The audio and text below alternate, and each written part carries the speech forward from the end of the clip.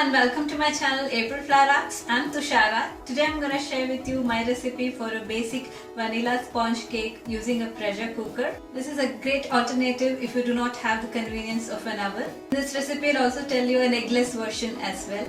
So let's see how it is done. The first step is to heat the pressure cooker. For that I have placed a layer of salt at the bottom of the pressure cooker. The salt helps in uniform heating of the cooker as well as prevents the bottom from getting very hot. It's about 1 cup. I'll also place the stand that usually comes with a pressure cooker. Along with the rubber ring or gasket, we'll close the lid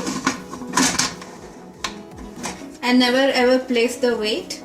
We'll heat the pressure cooker at medium heat for about 10 to 15 minutes. You may use the same recipe to bake the cake using an oven.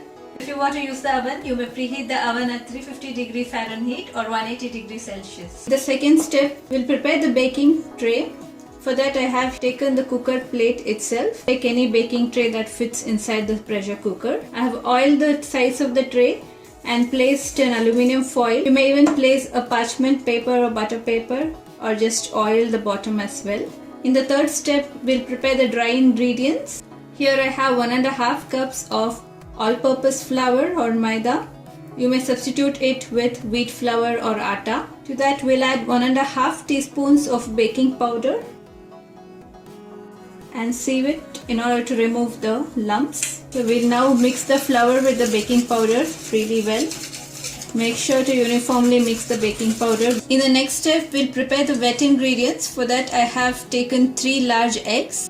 If you do not want to use eggs, you may substitute it with 1.5 cups of condensed milk. First we'll beat the eggs until nice and fluffy.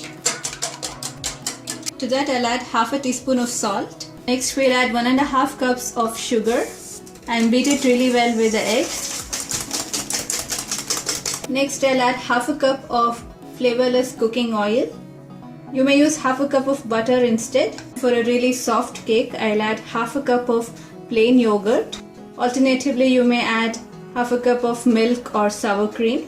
1.5 teaspoons of vanilla extract. For extra flavor, I like to add a teaspoon of lemon zest. That's optional. Just grate the yellow part using a grater, just like so. Now we'll whisk all the wet ingredients until light and fluffy. I have whisked all the wet ingredients. Now we'll add the flour and baking powder mixture 1/3 at a time and fold it into the wet ingredients using a spatula or spoon.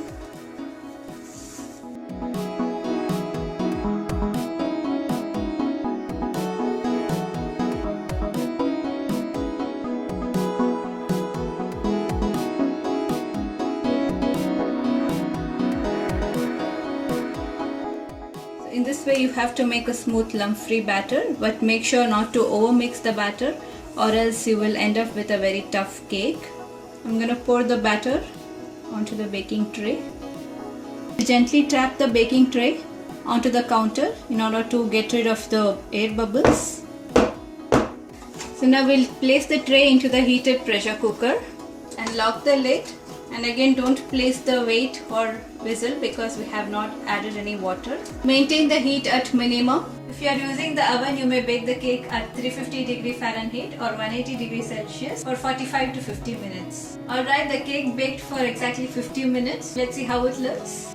To make sure that the cake is completely cooked, you can see that it easily comes out from the sides. And also it has light golden brown color on the top, and you may even insert a knife at the center or a cake tester. And if the knife comes out clean like this, it means the cake is completely cooked. So we'll let the cake cool for some time and then we'll demold and cut it.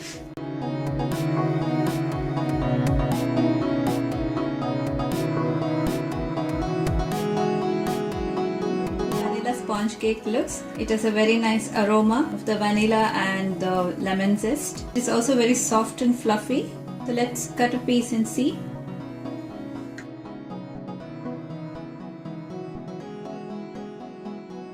It's absolutely very soft and fluffy and very nicely cooked. So today you saw how to bake a basic cake using the pressure cooker. You may give your favorite topping or frosting to the cake, or you may just serve it with some cream or even a scoop of vanilla ice cream. Do give it a try and let me know. And if you like this recipe, please hit the like button and subscribe to my channel. Until next time, it's bye from me. Thanks for watching.